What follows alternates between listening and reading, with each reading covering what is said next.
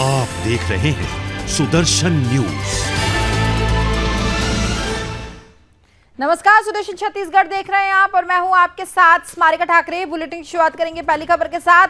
छत्तीसगढ़ में इस साल विधानसभा के चुनाव होने हैं। ऐसे में कांग्रेस पार्टी पूरी तरीके से चुनाव की तैयारियों में जुट गई है। तो वहीं कांग्रेस ने विधानसभा चुनाव के लिए स्क्रीनिंग कमेटी की भी घोषणा कर दी है, जिसमें छत्तीसगढ़, मध्य प्रदेश, राजस्थान के साथ साथ तेलंगाना के लिए भी स्क्रीनिंग कमेटी की घोषणा हुई है। जी हां, आपको बताएं, छत्तीसगढ़ में स्क्रीनिंग कमेटी के अध्यक्ष की जिम्मेदारी अजय माकन को दी गई है। तो वहीं इस कमेटी में 2 सदस्य भी है। गौरतलब है कि छत्तीसगढ़ को लेकर कांग्रेस नेता पुनः सत्ता में वापसी करने का दावा भी कर रहे हैं, जिसके लिए स्क्रीनिंग कमेटी की भी घोषणा अब कर दी गई है।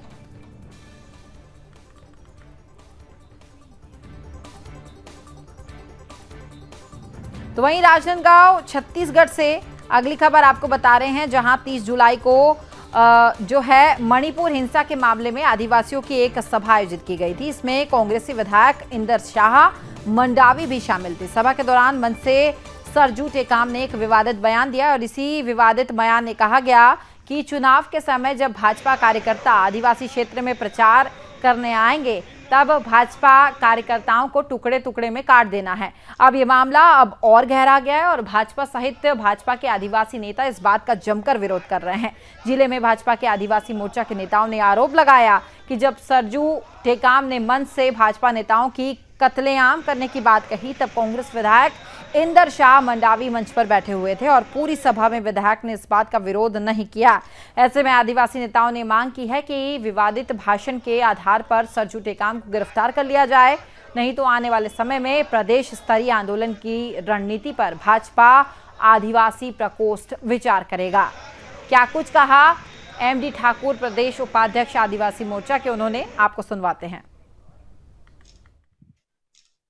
30 तारीख को मानपुर में एक सभा हुआ था, उसका आयोजन करने वाला विधायक हैं और उस क्षेत्र के विवादित सरजू टेकाम हैं। उन्होंने अपने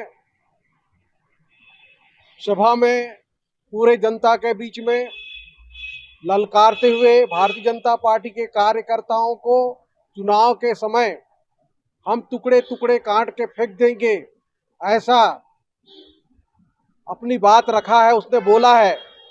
लेकिन उस सभा में उस क्षेत्र के विधायक श्री इंद्र शाह मंडावी भी वहां बैठे थे और एक शब्द भी उनको न रोका गया न टोका गया। इससे साफ जाहिर होता है इंद्र शाह मंडावी के द्वारा ही ये प्रायोजित कार्यक्रम था और भारतीय जनता पार्टी के सभी कार्यकर्ता उसका हम निंदा करते हैं और सरजू टेकाम।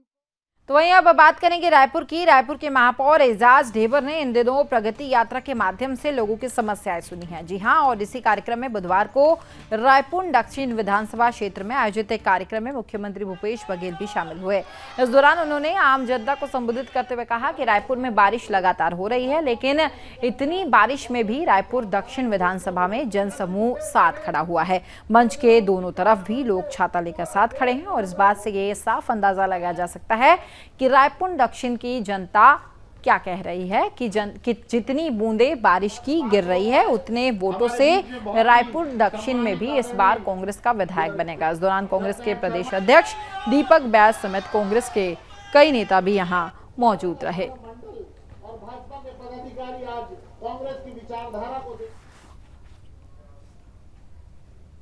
तो चलिए अब आपको ग्राफिक्स के माध्यम से बताते हैं कि किस तरीके से ट्रेनों में बदलाव दिए गए हैं। इन ट्रेनों के नाम आपको हम अब ग्राफिक्स के माध्यम से लगातार दिखा रहे हैं।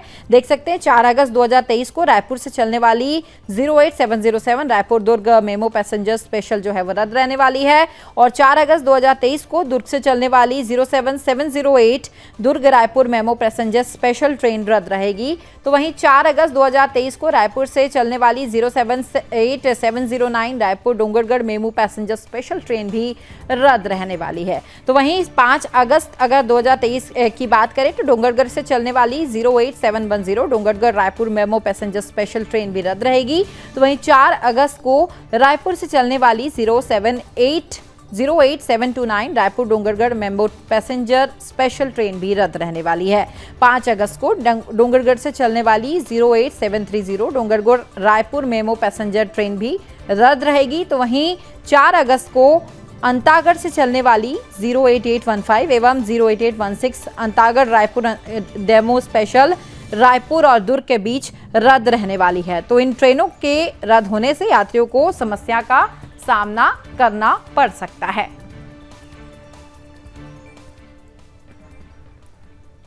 तो वहीं कांग्रेस सरकार प्रदेश के अनियमित कर्मचारी का प्रदर्शन लगातार जारी है। कर्मचारियों को नियमित करने, आउटसोर्सिंग बंद करने तथा छटनी किए गए समेत अपनी मांगों को लेकर कर्मचारी अब लगातार प्रदर्शन कर रहे हैं। आपको बताएं कि प्रदेश में कार्यरत अनियमित कर्मचारी संविदा, दैनिक वेतनभोगी, कलेक्टर दर पर कार्यरत श्रमिक, प्लेसमेंट मानदेय, असंकालिक जाबदर, ठेका सेवा प्रदाता, अपनी नियमितीकरण सहित 4 सूत्रीय मांगों को लेकर छत्तीसगढ़ अनियमित कर्मचारी मोर्चा और छत्तीसगढ़ आउटसोर्सिंग ठेका कर्मचारी फेडरेशन और नगर निगम अनियमित कर्मचारी महासंघ के संयुक्त तत्वाधान में 6 अगस्त को धरना प्रदर्शन और जेल भरो आंदोलन करेंगे और सरकार के सामने अपनी मांगों को मुखर करने वाले हैं।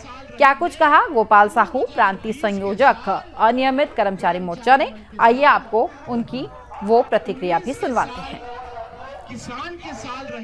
छत्तीसगढ़ प्रदेश के शासकीय विभाग में कार्यरत अनियमित कर्मचारी अपनी मांगों को मजबूती से रखने के लिए 6 अगस्त 2023 को धरना प्रदर्शन एवं जेल भरो आंदोलन करेगा। मैं बताना चाहूँगा कि वर्तमान सरकार ने सत्ता में आने के पूर्व प्रदेश के अनियमित कर्मचारियों को प्राथमिकता के आधार पर 10 दिन में नियमित करने का वादा किया था, लेकिन अत्यंत खेद की विषय है कि आज 4.5 साल से अधिक समय होने के उपरांत भी सरकार इन वर्ग के कर्मचारियों के बारे में किसी प्रकार की फैसला नहीं कर रही है, बल्कि क्या है, हमको जो रुकी हुई वेतन है उनको बढ़ाकर वाहवाही लूट रही है। मैं आपके माध्यम से माननीय मुख्यमंत्री महोदय से आग्रह करूंगा कि आपके। तो फिलहाल इस बुलेटिन में इतना है, लेकिन प्रदेश की सभी खबरों को जानने के लिए आप देखते रहिए सुदर्शन छत्तीसगढ़। जय हिंद।